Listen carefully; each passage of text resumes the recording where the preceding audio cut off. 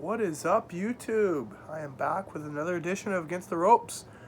I haven't been posting for about a few days just because things have been going on, but I'm back.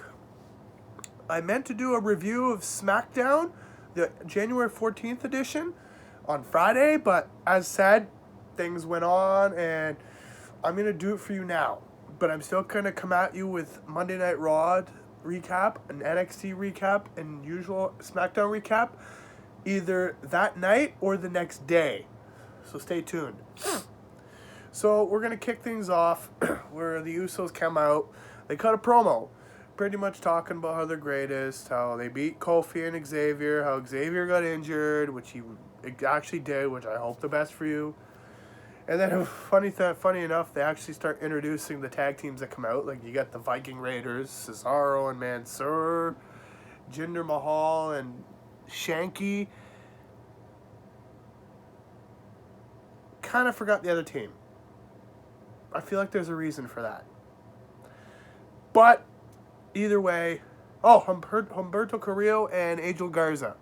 Los Lotharios, which I don't understand why you vanished into a black hole, but WWE.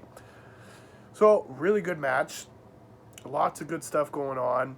And ultimately, the Viking Raiders end up coming out on top. Which, Viking Raiders versus Usos, sure, I'll take that. It's a good match.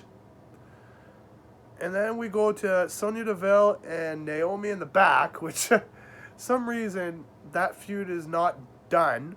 It goes on as long as the years go by, which makes no sense, but again, WWE.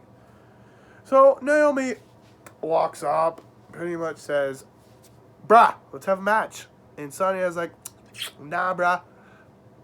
And Sonya tells Naomi, the only way you can touch me is if I'm not wearing a jacket. Which, okay. And then we go right into the next matchup, which is Sami Zayn. Well, not a matchup, but a segment. Sami Zayn, which he is the best.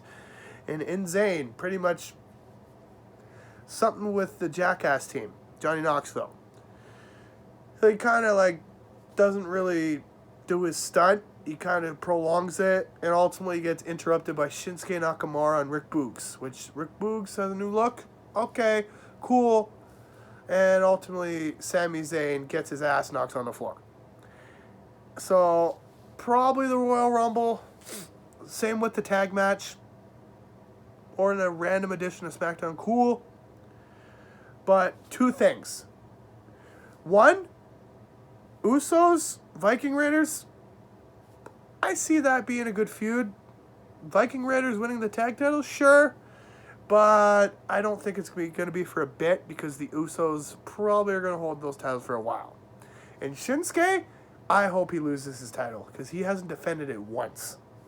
He won it in August and for some reason has not defended it. I don't know if you're not medically cleared or what, but it makes the Intercontinental Championship look weak. Because from what I remember in 2006, that was defended pretty often.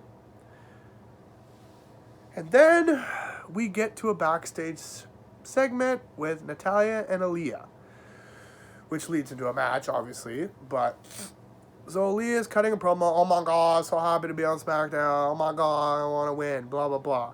Gets cut off by Natalya, who pretty much runs the rookie down, and then WWE, thank you for doing something different. She talks about the Guinness Book of World Records and has the book. It says she has 3 records and it's going to make a 4th. She's half right, but we'll get there. So we get to the match. Natalya beats the Rook down before the bell rings. And in about just over 3 seconds, Natalya loses. With the most devastating move in all sports entertainment. Simon Miller, shout out. And Aaliyah has the record, which, okay. If that can be a part of her gimmick, I'm going to take that. I hope to see where this goes. And do not fall into the hole of abyss, please. Because some of this talent needs to be utilized properly. And like I said, Natalya did make a record, but in the wrong way. So I'm guessing this feud's going to continue, or I don't really know. We'll see. Again, another Sonya Deville segment in the back, and for some reason the whole night, the room was too hot. Weird, but we'll get to that in a minute. And then Michael Cole does an interview with Lita, who hasn't been on SmackDown in about 20 years. Which, okay, I remember Lita from the Ruthless Aggression area. Cool. She goes on talking about how she wants to win the Royal Rumble. She's going to be in it. How she's glad to be back on SmackDown. Just pleasant to be around. Hasn't been there in 20 years.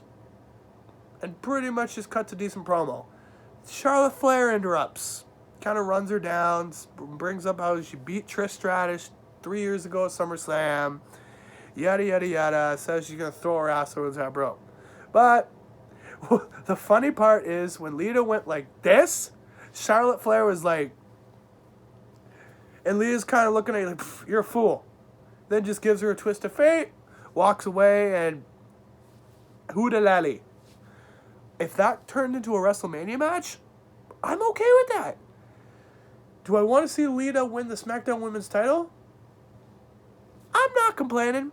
Something different. Unfortunately, I think Toni Storm may have won it at Mania, but I think she realized, nah, bruh, WWE's not using me properly, so I'm out of here. Which I hope the best for you in your life. And then, what do we get next? I believe we get Sheamus and Ricochet, which is a fine match. We've seen it 200 times, but fine match. Sheamus wins with a bro kick.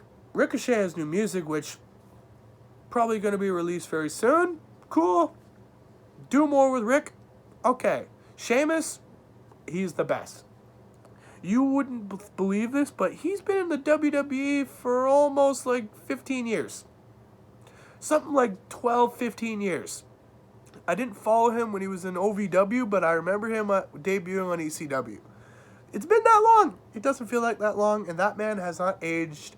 I love you, Sheamus. Continue doing great things. So, what comes next? We finally find the payoff for that hot room mess. Adam Pearce still going on about too hot. He already has his jacket off. He walks out of the room. Sonya takes her jacket off. Naomi starts coming up and it's like, well, you don't have your jacket on, so I'm going to beat you up. So, I don't really have much to say because what really is there to say?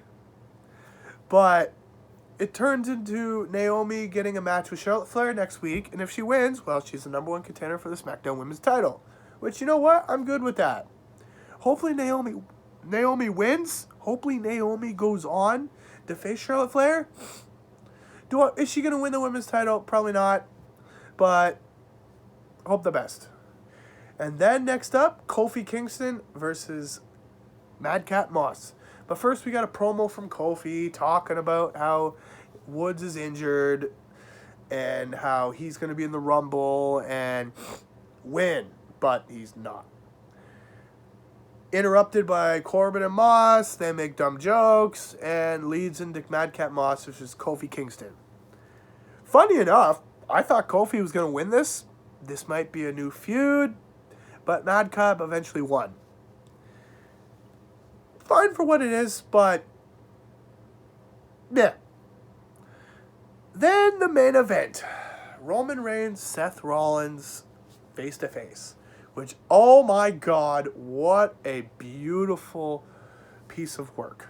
Both come down, both take shots at each other, hyping up their match for the Royal Rumble. Seth Rollins at first is like, yeah. Like old times, Roman's like, nah, bruh, that's beneath me. And the best line out of all that was when Roman said, if I wanted to face a legitimate star, I would get your wife, Becky Lynch. Oh my God. That is hilarious. That should be a banger match at the Rumble. I am very invested on what happens. Because WWE has a lot of things they can do up until that point. And for the love of all beings, please, please, at least get your winner for the Women's Royal Rumble and the winner from the Men's Royal Rumble right. Go on to WrestleMania. Make some magic. And then Seth Rollins fights off the Usos, walks off, gets in Roman's head. And that's how the show ends. So overall, good show. But, yeah, nothing really I can say. The Sonya Deville thing, okay. Please, those two better have a match. I don't know if they want to wait till WrestleMania, but, oh my God. It's going to get flippin' boring. The only real thing SmackDown has going on right now is the Usos and the tag division, which the tag division needs more teams because you have nobody. You have the same teams doing the same things, and then most of them get vanished into the abyss, which, no, and Roman Reigns. So, I don't know if you're going to do that in the form of NXT call-ups, but please do something. But overall, SmackDown gets an up. Not trying to take your material, Simon, but it does. It gets a thumbs up for me. I want to see what happens next week. And, yeah, that's all I have for you today. Make sure to stay tuned. I'll have more content for you in the near future. And please leave a like, subscribe, and comment. And please give me ideas for new things because I'm always open for new things.